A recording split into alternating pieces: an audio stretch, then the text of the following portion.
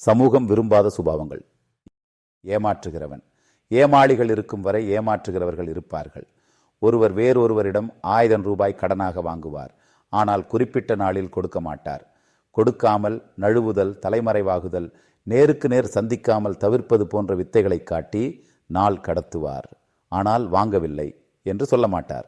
பணத்தை வைத்துக்கொண்டு இப்ப தருகிறேன், அப்போ தருகிறேன் என்று நாட்களை கடத்துவார்கள். இதுதான் ஏமாற்றும் திறமை.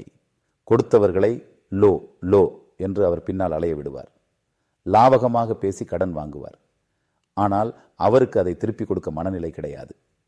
இவர்கள் பொதுவாக சூடு சுரணை அற்றவராக இருப்பார்கள். ஒரு சிலர் ஆரம்பத்தில் 1000 ரூபாய் வாங்கி சரியாக குறிப்பிட்ட நாளுக்கு முன்பாகவே அதை திருப்பி கொடுத்து அதிக நம்பிக்கையை வளர்ப்பார்கள்.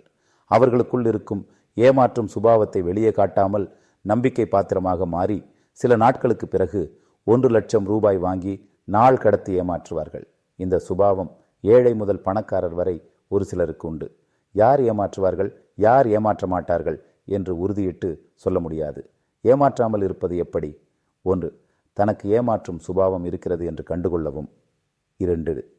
இனிமேல் யாரையும் எதற்கும் ஏமாற்றக்கூடாது என்று முடிவு எடுக்க வேண்டும். 3. ஏமாற்றுவது குடும்பத்திலும் சமூகத்திலும் வெறுக்கக்கூடிய சுபாவம். 4. பிறர் தன்னை பற்றி தப்பான அபிப்பிராயம் கொள்வார். சுய கௌரவம் பாதிக்கப்படும் என உணர்தல். 5 சொன்னால் அதன்படி செய்ய வேண்டும். இல்லாவிட்டால் சொல்லக்கூடாது என்று முடிவெடுத்தல். 6. தன் வருவாயை உயர்த்தி கடன் வாங்காமல் இருத்தல். 7. சோம்பல்தனத்தை விடவும்.